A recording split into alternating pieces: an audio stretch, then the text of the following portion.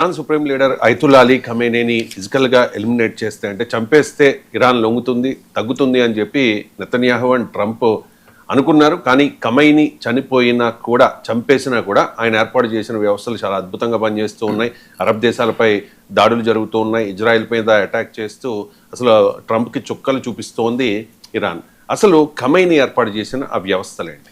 Yes అండి, ఆయితుల్లా అలీ ఖమేనీని చంపేస్తే ఆ పాము హెడ్ అని నరికేస్తాం, ఇంకా అంతే కుప్ప కూలిపోతుంది, ఇరాన్ లొంగిపోద్ది, ఒక్క రోజుతో యుద్ధం ముగిలిపోద్ది, ఇరాన్ మన లక్ష్యమైన ప్రభుత్వాన్ని మార్చేయచ్చు, పప్పెట్టి ప్రభుత్వాన్ని పెట్టేయచ్చు అని ఇటు ఇజ్రాయెల్ ప్రధాని బెంజమిన్ నెతన్యాహు, అమెరికా అధ్యక్షుడు డొనాల్డ్ ట్రంప్ ఊహించారు. కానీ వాళ్ళు ఊహించినట్టు ఆయితుల్లా అలీ ఖమేనీని చక్కగా ఆపరేషన్ ఎపిక్ ఫరీలో చంపేయడం జరిగింది. కానీ చంపేసిన కొన్ని గంటలకే ఇరాన్ తెములుకుని అటాక్ చేయడం మొదలెట్టింది. అసలు ఊహించని అలవి కాని ఒక పెద్ద విషయం. ఎందుకంటే ఆయితుల్లా అలీ ఖమేనీకి ఒక విషయం తెలుసు, ఎప్పటికైనా నన్ను చంపేస్తారు, కానీ నన్ను చంపేసిన ఈ ఇస్లామిక్ రెవల్యూషన్ మాత్రం, ఇస్లామిక్ రిపబ్లిక్ ఆఫ్ ఇరాన్ మాత్రం ఎట్టి పరిస్థితుల్లో బతకాలి. ఆయన ఎందుకు యుద్ధ తంత్రాన్ని నేర్చుకున్నాడంటే 2003లో సద్దాం హుసేన్ చంపేయగానే ఇరాక్ కొలాప్స్ అయిపోయింది. ఇరాక్ మహా దేశం అనేది కొలాప్స్ అయిపోయింది. సద్దాం హుసేన్ ఒక్కడితో ఇరాక్ అంతమైపోయింది. అదేవిధంగా లిబియాలో గడాఫీ ఒక్కడిని చంపగానే అక్కడ కొలాప్స్ అయిపోయింది. గుర్తుపెట్టుకోవాలి ఇవన్నీ. తర్వాత అదేవిధంగా ఈ ఒక్కొక్క వ్యక్తి మీద ఆధారపడ్డాయి కాబట్టి ఆయా దేశాలు కొలాప్స్ అయిపోయినాయి. ఈ మధ్యలోని వెనిజులాలో పట్టుకోగానే ఇంకా వెనిజులా లొంగిపోయింది, ఆల్మోస్ట్ యుద్ధానికి వెళ్ళా.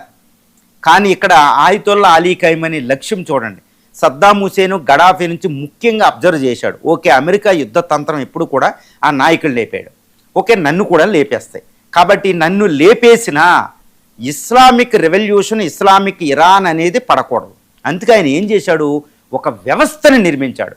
కాబట్టి ఈ ఆయితుల్లా ఖమేనీ చనిపోయిన ఒక్క ఆయితుల్లా ఖమేనీ బదులు వేలాది ఖమేనీలు పుట్టారు. ఇప్పుడు ట్రంప్కి దడదడ వేలాది. ఎవరంటే ఒక అద్భుతమైన వ్యవస్థ, ఆ వ్యవస్థ యుద్ధం చేస్తుంది.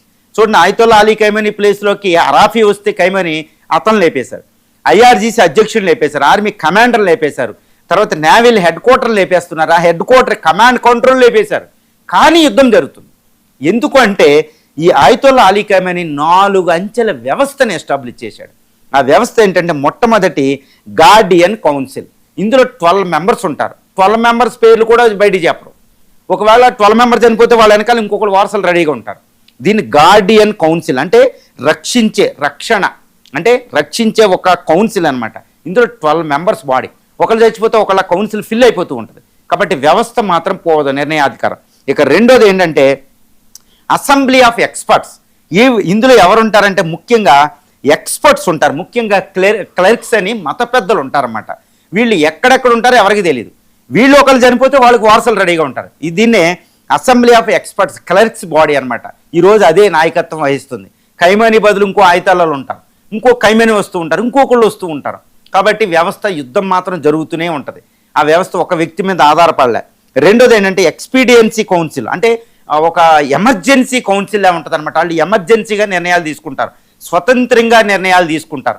ఒకవేళ వాళ్ళు ఎవ్వరూ లేకపోయినా వీళ్ళు స్వతంత్రంగా నిర్ణయాలు తీసుకునే ఇంకొక ఎక్స్పీడియన్సీ కౌన్సిల్ ఉంది. వీళ్ళు అడ్వైజరీ బాడీకి ఉపయోగిస్తారు, అవసరమైతే రంగంలో దిగుతారు. దీని తర్వాత ఇక యుద్ధ క్షేత్రంలోనే ఉండేది 1,50,000 మందితో కూడిన Islamic republican guards corps, IRGC.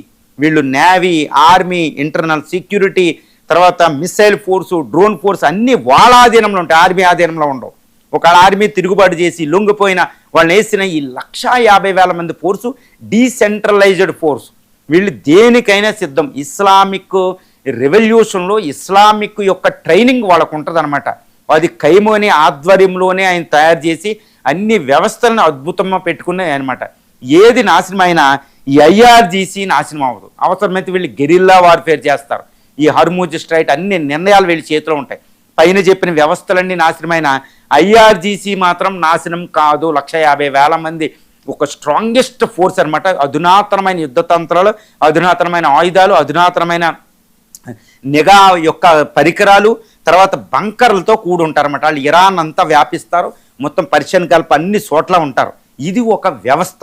ఇక 5వ వ్యవస్థ ఖమేనీ తయారు చేసింది ఏంటంటే, ఒకవేళ ఇరాన్ అంతా ఓడిపోయినా అమెరికా చేతిలోకి వెళ్ళిపోయిన అమెరికాని మాత్రం రక్తపాతాన్ని క్రియేట్ చేస్తారు.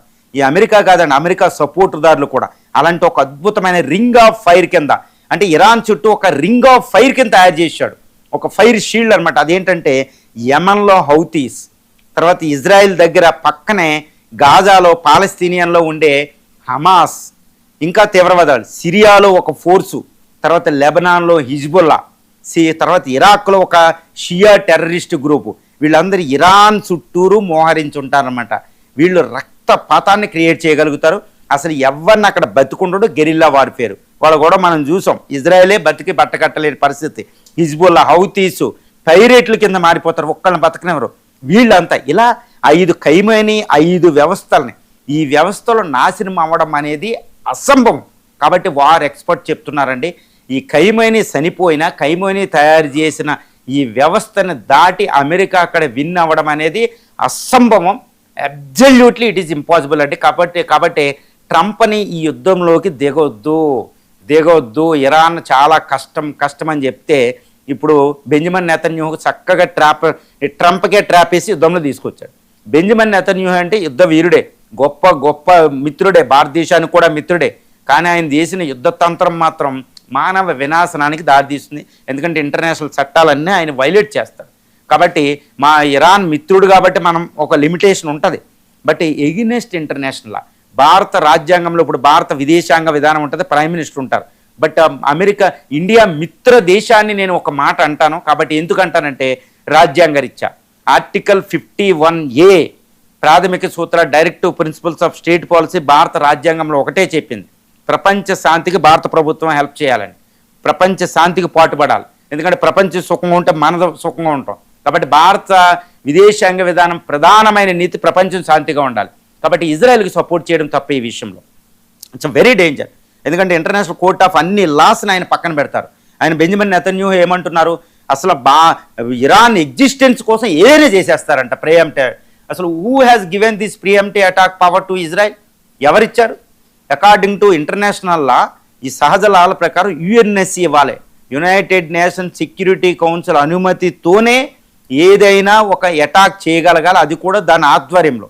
మరి ఇజ్రాయెల్కి ఆ పవర్ ఎవరిచ్చారు? అమెరికాకి ఆ పవర్ ఎవరిచ్చారు? అంటే యుఎన్ఓ ఏమైంది, యుఎన్ఎస్సి ఏమైంది?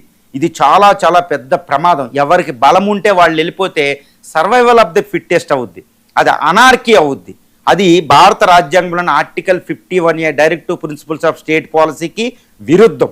కాబట్టి దీన్ని మనం చాలా జాగ్రత్తగా చూడాలండి. అంత ఈజీ కాదు, ఇజ్రాయెల్ మిత్రదేశమే, కానీ దాని మీద అటాక్ చేసిన విధానం చాలా చాలా పెద్ద ప్రమాదం అని అయితే తెలుస్తుంది. అమెరికా డొనాల్డ్ ట్రంప్ అయితే అన్నిటిని అధిగమించే, అసలు నాకు యుఎన్ఓ లేదు, ఏమీ లేదు, ఎక్కడుంటే అక్కడ అటాక్ చేసేస్తాను, అమెరికా అనేది ఫస్ట్, ఏది ఉన్నా నాకు అవసరం లేదు, ఏదైనా నేను చేస్తాను, ఐఎమ్ ది సుప్రీం లీడర్ అంటేనే అలా సుప్రీంకోర్టు కొట్టేసింది. అమెరికా సుప్రీంకోర్టు ఆయనకి శత్రువుగా తయారైంది. ఆయన ట్రంప్లన్నీ టారిఫ్స్ అన్ని పక్కన పెట్టింది. చూసుకోండి, ఆయన ఇమిగ్రేషన్ లాస్ని పక్కన పెట్టింది. కాబట్టి యుద్ధం అనేది అమెరికన్ కాంగ్రెస్కి వెళ్తే అమెరికన్ కాంగ్రెస్ కూడా వ్యతిరేకిస్తుంది, ఆయనకు ఫండ్స్ వచ్చే ప్రమాదం కూడా ఉంది. కాబట్టి ఈ ఖైమనీ చచ్చిపోయిన ఈ డొనాల్డ్ ట్రంప్ని, ఈ ఇజ్రాయెల్ని అసలు గెలవలివ్వలేనంటే 5 వ్యవస్థల్ని ఆయన తయారు చేశారు. ఈ వ్యవస్థలను దాటి ఇరాన్ని నాశనం చేయడం అనేది అమెరికాకి ఇంపాసిబుల్. నేను చూడండి, ఒక 2 నెలల తర్వాత నేను ఈ చెప్పిన మాటను చూడండి, ఇరాన్ ఓడిపోవడం అసంభవం. ఎందుకంటే the great United states of America 20 సంవత్సరాల యుద్ధం చేసి ఆఫ్టర్ ఒక తాలిబాన్ కూడా నాశనం చేయలేక మళ్ళీ అదే తాలిబాన్కి తన ఆయుధాలన్నీ అప్పచెప్పి తన హెలికాప్టర్లు వచ్చిన హెలికాప్టర్లు కూడా అక్కడ వదిలేసి గన్నలు 10 లక్షల గన్నలను అక్కడ వదిలేసి లైట్ మిషన్ గన్ననే మళ్ళీ తాలిబాన్ ప్రభుత్వానికి ఇచ్చేసి బాబోయ్ అని వెనకెళ్ళిపోయింది.